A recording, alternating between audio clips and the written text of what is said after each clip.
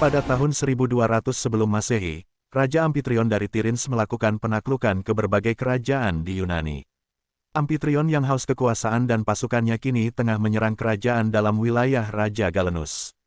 Ketika pasukannya berhasil mengepung kerajaan tersebut, Amfitrion menantang Galenus untuk berduel satu lawan satu. Awalnya, pertarungan tersebut berjalan seimbang, tetapi Amfitrion menunjukkan keperkasaannya dengan membunuh Galenus dan berhasil menduduki wilayah kerajaan tersebut.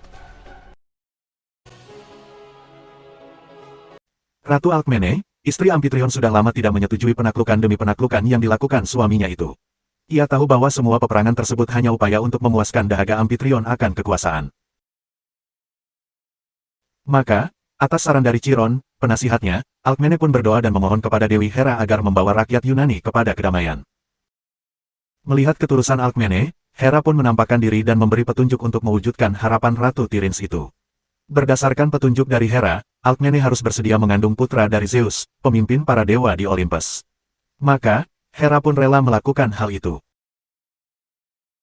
Suatu malam, Amfitrion bersama seorang selirnya memergoki Alkmene seolah bersenggama dengan sosok yang tak kasat mata. Sang raja murka dan memerintahkan pasukannya untuk mencari sosok tersebut, tetapi tidak ada seorang pun yang bisa menemukannya. 9 bulan kemudian, Ratu Alkmene melahirkan bayi laki-laki. Amfitrion mengunjunginya sejenak dan menamakan bayi tersebut Alcides. Ia juga menegaskan kalau derajat Alcides tidak akan lebih tinggi dari kakak laki-lakinya yang bernama Iphicles. Namun, setelah kepergian sang raja, Alkmene membisikkan sebuah nama kepada bayinya itu, yaitu Hercules, putra dari Zeus. 20 tahun kemudian, Alcides alias Hercules kini telah tumbuh dewasa. Ia terlihat menjalin asmara dengan seorang wanita bernama Hebe, putri dari kerajaan Kreta.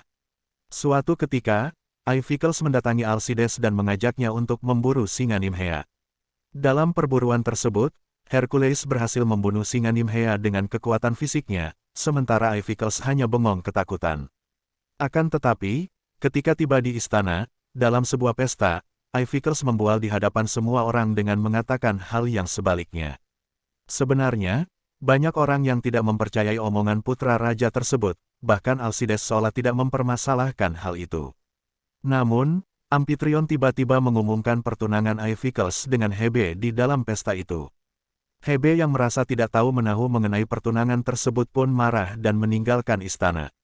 Lalu, Alcides yang memendam rasa marahnya pergi menyusul kekasihnya itu. Di tengah hutan, Hercules berhasil menyusul Hebe. Saat itu, Hebe memohon agar Alcides membawanya pergi dari kerajaannya, tetapi pasukan Tirins lebih dulu menemukan mereka. Dalam pelarian itu, Hebe sempat terbawa arus saat nekat menyeberangi sungai. Akan tetapi, Alcides menyelamatkannya dan melihat kondisi kekasihnya yang tidak mungkin meneruskan pelarian, mereka pun kembali ke istana bersama para pasukan Tirins.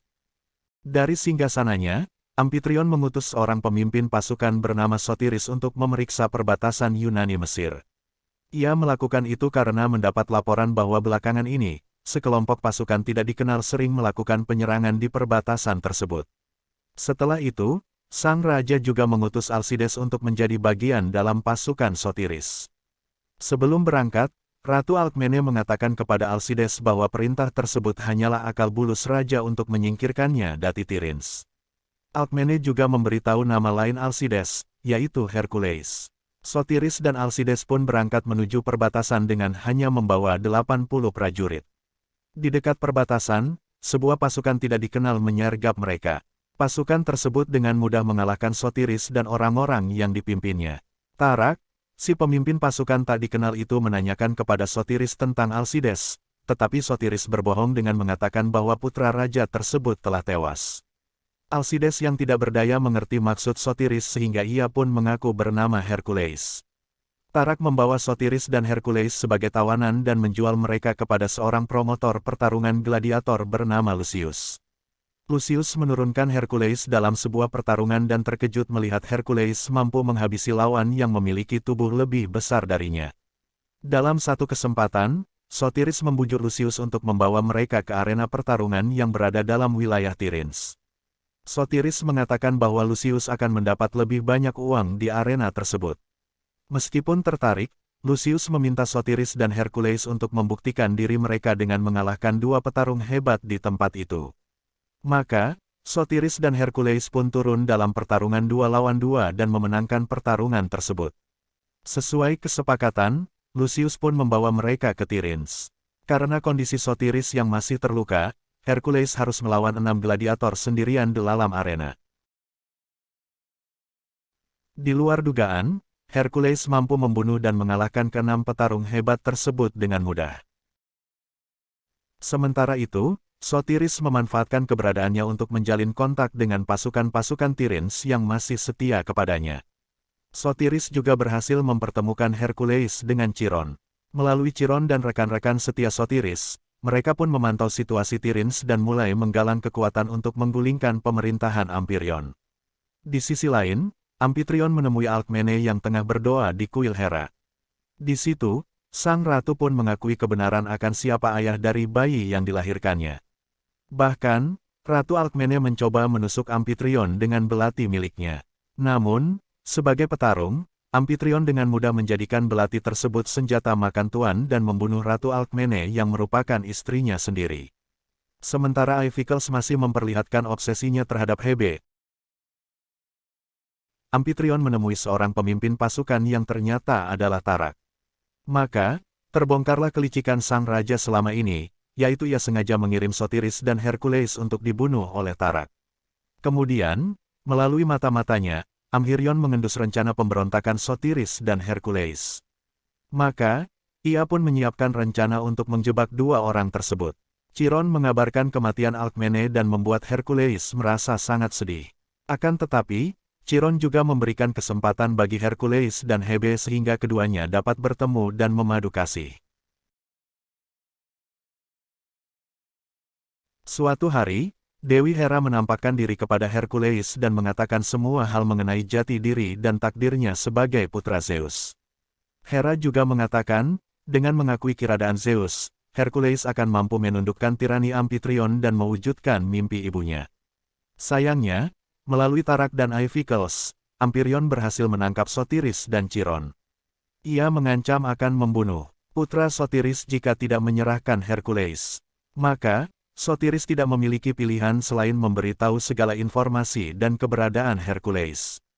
Tidak lama setelah itu, Hercules dan sekelompok orang yang bersamanya pun berhasil ditangkap. Di hadapan masyarakat Tiryns, Amphitryon merantai kedua tangan Hercules dan menyiksanya.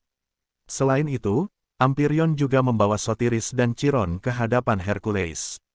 Hercules mengetahui bahwa Sotiris terpaksa mengkhianatinya demi keselamatan anak dan keluarganya.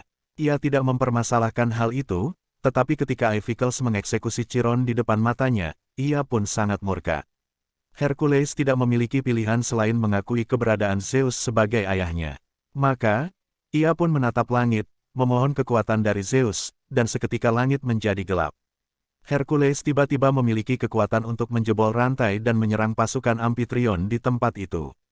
Lalu, ia membantai siapapun yang berusaha menghentikannya, membuat Amphitryon dan Iphicles lari terbirit-birit meninggalkan pasukan Tiryns yang kocar-kacir. Setelah kejadian itu, semakin banyak rakyat maupun prajurit Tiryns yang memutuskan untuk bergabung dengan Hercules dan Sotiris. Hingga, tiba saatnya bagi Hercules dan Sotiris memimpin para pejuang mereka menyerbu istana Tiryns. Penyerbuan istana berlangsung cukup mudah karena bantuan dari pasukan pemanah yang ternyata masih setia pada Sotiris dan Hercules.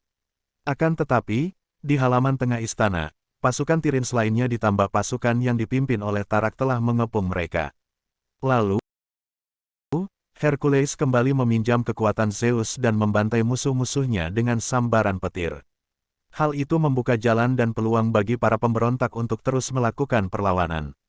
Selain itu, Hercules pun mendapat kesempatan untuk langsung menantang Amphitryon. Pertarungan kedua orang tersebut berlangsung dengan sengit.